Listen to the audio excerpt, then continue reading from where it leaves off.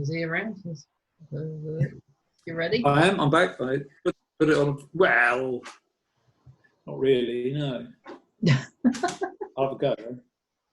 Let me just find your presentation for you. Yeah. Well, oh, thanks. Can everyone see that? And hopefully not my face. Yeah. Okay. Well, look. The reason that I doing this presentation is that I was chatting to Darren and said that my boiler malfunctioned and wouldn't boil more than 82 degrees, and so I thought it was a complete write-off. It didn't turn out brilliantly either. And then he said, "Well, you might want to look into that. We want to do some a presentation on raw ale." So I did look into it and realised that that is an established way of brewing. So hence I did a bit more research. I must say I thought that there would be a lot more information out, and I'm leaning quite heavily on Lars Gorshaw, just because he's done a few blogs and a few bigger articles on this. But to be quite honest, I think a few people have already brewed some raw ale, including a NEPA over the last few weeks. So, pretty much want to use this as a bit of a discussion point, really, because I'm sure that other people know a lot more about this, and from my limited amount of research. But in fact, the beer didn't turn out that well. I sort of gave up on it a bit, let it cool overnight, so I didn't chill it, and then added the hops, realising that I perhaps could resurrect something. And it, funny enough, it didn't turn out very well. So it is interesting that this is an established route, and looking at the history as well, obviously it goes back hundreds of years. So if we look at the next slide.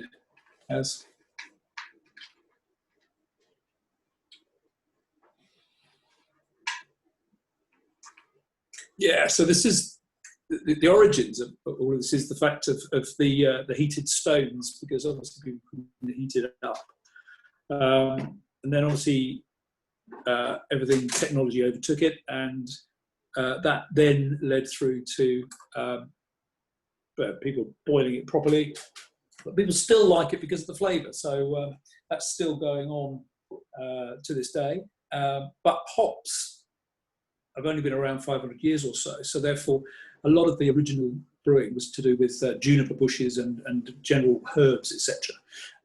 Obviously the Sati, which I don't know too much about this style, but reading about it, very heavy protein levels because of the lack of boil, thick, tacky mouthfeel, as it states. Obviously, I'm going to come on to it a little bit later, but that really suits the a modern NEPA. So on the next one, Dan.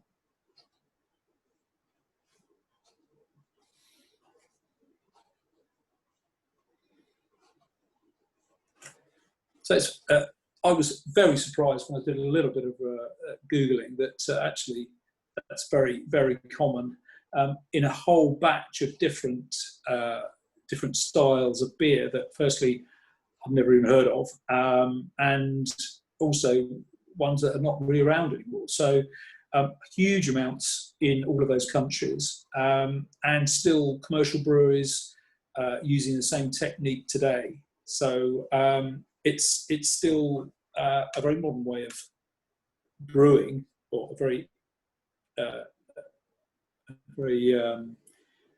kind of consistent way of brewing over the last few hundred years.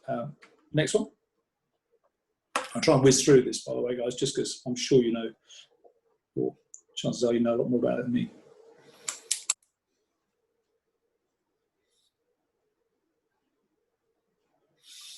So this was my concern, which was that everything gets boiled.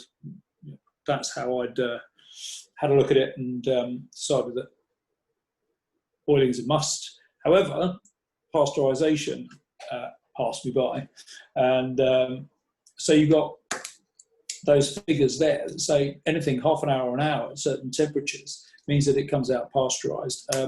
Not necessarily free from the bits that you perhaps want out of it, but certainly gets rid of the bulk of the pathogens at those sorts of temperatures. And again, I don't know this, but read it about DMS that that doesn't form unless temperatures are that sort of height and above. So therefore, if it doesn't go above that temperature, then you don't have a problem with that. So there's a lot of pluses in the way that you can pasteurize and also not produce too many off flavors from this part, and also squeezing all of the flavors out of the hops. You can just do a hop tea and just dump that in. Obviously, that is boiled, so it's a bit of a mismatch on the two different styles. So, next one down.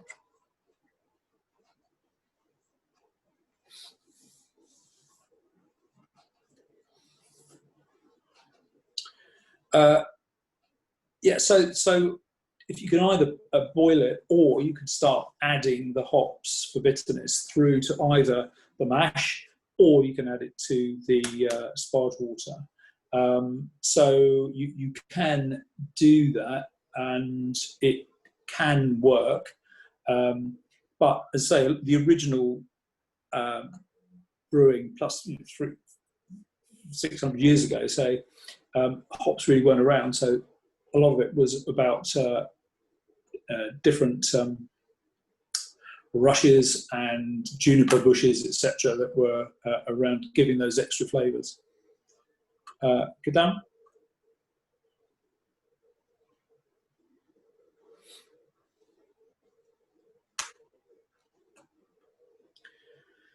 Yeah. So this is the point. It gives a very different flavour, and I think it's a raw ale flavour that people like or don't like, and it's the proteins are much heavier in the beer, final beer, and therefore it's a lot stickier and a lot cloying. So I understand because of that, and it's as I say, suits certain styles. I don't.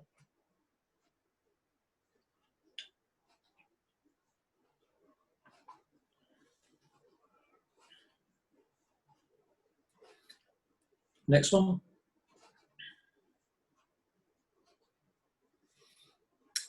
Yeah. So as it says here, the NEPA and the Saison, specifically because of the huge amounts of hops you can use in the NEPA, but also that extra mouthfeel that comes from the lack of boil and the fact that the proteins are suspended, and then with those extra flavours for the Saison. So I'm sure other styles work as well, but these particularly, I know that a few lab members tried the NEPA recently on a no boil, so I'd be interested to hear how that went. Haven't tried it yet, but certainly will do. Okay, Dan?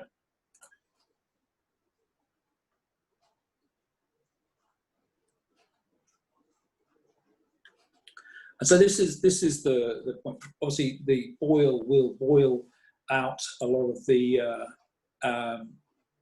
bugs, etc. So therefore, the pasteurisation is only half the process. So sanitisation is key, really here, and everyone sounds like from who brew in that technique, they do and are very meticulous on sanitisation to make sure that as there isn't a boil and everything's susceptible, that you keep it as clean and bug-free as possible. Okay, Dan? Yeah, and if I mean, I'm sure these are accessible, but I've got them on kind of blog and articles, etc. But recipes for a few of these beers now. I think again, very new to me. If anyone wants a spruce beer, then that's got a few branches involved, and obviously Sati is a well-established finish. So yeah, so there's some good recipes that I can ping round, but again, they are not mine. They're readily available, but it'll save you searching. Okay, Darren, I think that's getting the last one.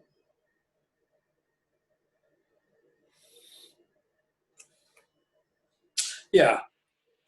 So a lot of this is when I started looking at this area, I thought there'd be quite a depth of knowledge that I could rely on rather than just one or two sources. But in fact, Lars has done quite a lot on that subject, and not an awful lot of information elsewhere apart from recipes and comments. So he seems to be, well, certainly from my searching, the main source of extra information. So again, it's a good article, easy to Google, but I've grabbed a whole bunch of stuff from that. So again, yeah, I don't have really much more than that, apart from I think that I'll certainly be trying it again on purpose this time, and try and get some good beer out of a NEPA style. Okay. Yes. As I haven't got loads of information on this. Bit of a honeymoon period. I'm relying on some good faith following the Worcestershire homebrew beer off. So yeah, that's, you need any extra information, I can give you the full articles, etc. Cool. But open to discussion on this, really, especially for people who've brewed the style over the last few weeks. Thanks, Peter. I don't know when. I think Lee did a Sati, didn't he, last year? Other than that, I don't know anyone who's actually tried it deliberately. No, I don't know. I think I'll have to have a look. Lee's done a Sati, I think. And notes on. Anthony Warhurst, if any of you have met him, he brews a Sati regularly, and it's really fucking good. It nearly won the London and South East a couple of years ago. I think it came second. So he's a good man to talk to. Stuart Horn as well as I think he's done, yeah, a no ball NEPA. It was pretty good. So I don't know if he's on.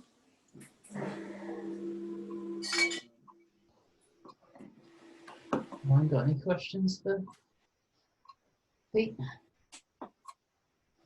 I mean, like Peter, thanks for the info. I've actually never made a raw ale. Partially, I think because it just sounds like so easy. You're just like, yeah, whatever, just mash, drain, ferment. Like, yeah, I think it is. You know, when people have tried it, it cuts 2 hours off the brew day.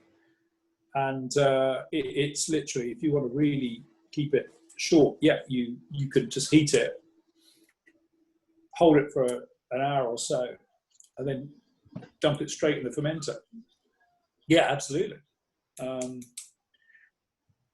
Yeah, actually, it was that was sort of thing that I was looking at, looking at the way of making sake, just because of the simplicity of dumping it straight in the fermenter, and obviously not the same type of alcohol, but just where sake mashes and ferments at the same time. Obviously, there's another element in there, certain a type of rice, etc. But it's almost in that vein where you've got something that ferments and mashes, and so you've almost got the same process, pretty close together.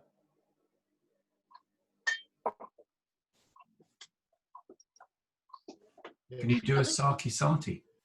That's what you want. That's what you want. That's what you're after. Look at that. Yeah, it is. Yeah. But yeah, I think that's the way to go. I didn't realise you could do a NEPA with a no boil. So what you're saying is you get the big fat mouthfeel by doing it as a raw ale, so no boiling at all.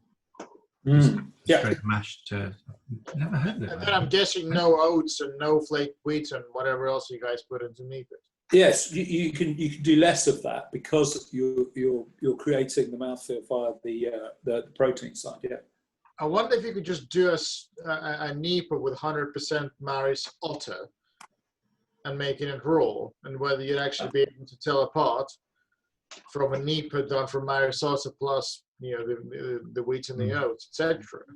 Because what wheat and oat contribute are those extra proteins in addition to a couple of other things. Yeah. I obviously don't know, but I think that that's the type of process of what it replaces. Yeah, so it gives you a much heavier mouthfeel. So potentially viable. Yeah. Or a no-boil Belgian wheat.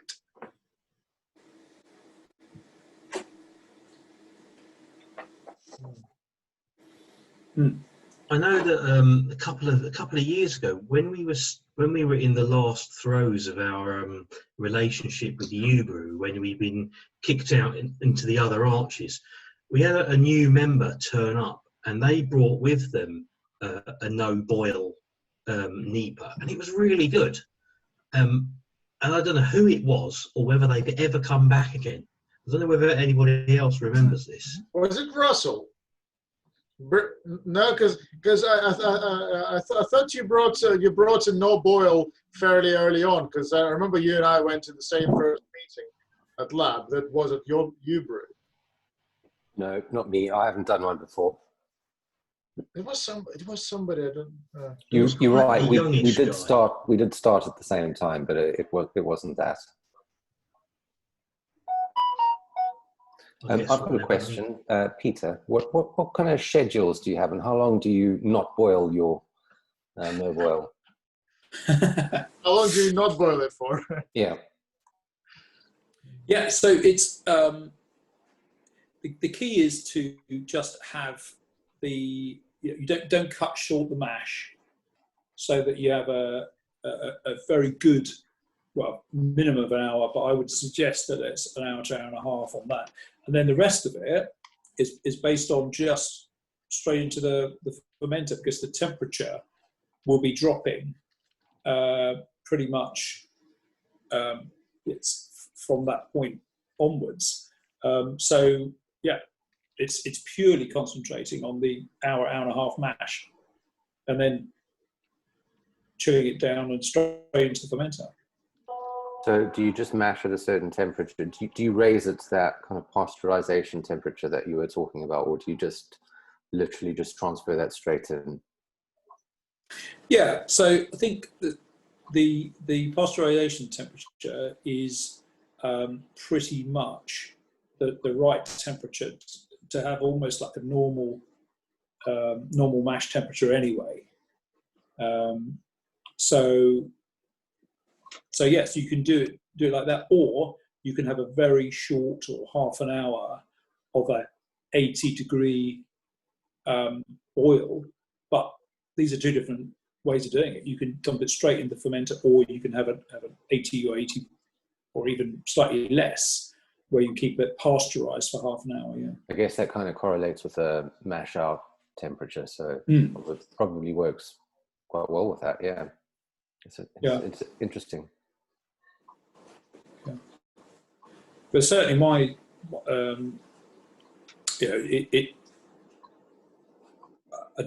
think the main reason that it didn't work out was because I just let it chill naturally overnight, and then kind of mucked up the hot bit. But because I'd sort of semi-given up on it, and then in the morning I realised that I hadn't given up on it because I'd read a little bit of information. It's like, oh, okay, you could probably resurrect this, but probably a bit too late for that.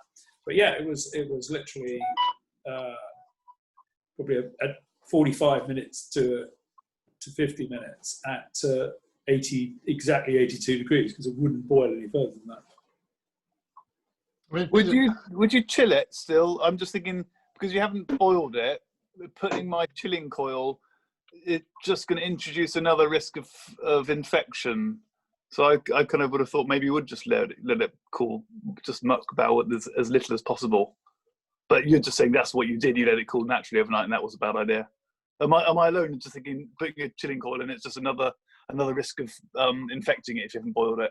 Well, Yeah. George, if you stick your chili coil in the mash for those half an hour, you're done. Yeah. You'd pasteurize the coil. I'm not sure that does anything.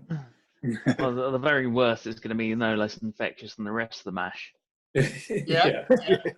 At least the coil doesn't harbor bacteria naturally, whereas the grain does. Mm. Yeah. You got a uniform amount of infectiousness then, at least. So.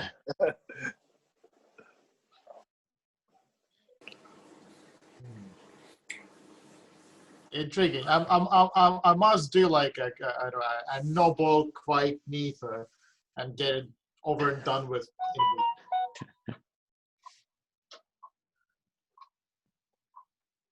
Look forward to a 3-hour brew day then. Yeah. That's very interesting. I think I'll do a very small amount next time though, because it sounds like it might well go wrong. Well, if it goes wrong, just put bread in it. You'll be fine. Well, I think I was sort of anticipating that it was one of those happy coincidences that suddenly I'd brew the most amazing beer I'd ever tasted, and sadly it was also the trilogy of my trying to attempt a pineapple pale ale with the Brussels yeast strain. So I'd kind of realised that I got all my ducks in a row. I thought I'd splash out a bit of slightly more expensive yeast, and then the damn thing wouldn't boil. So I've resurrected some of the Brussels yeast in my fridge, but I don't know whether it's still salvageable or whether the process has kind of not worked. But I'm going to have another go with it. Hopefully it'll boil this time, and never know, might produce some pineapple flavour in this time.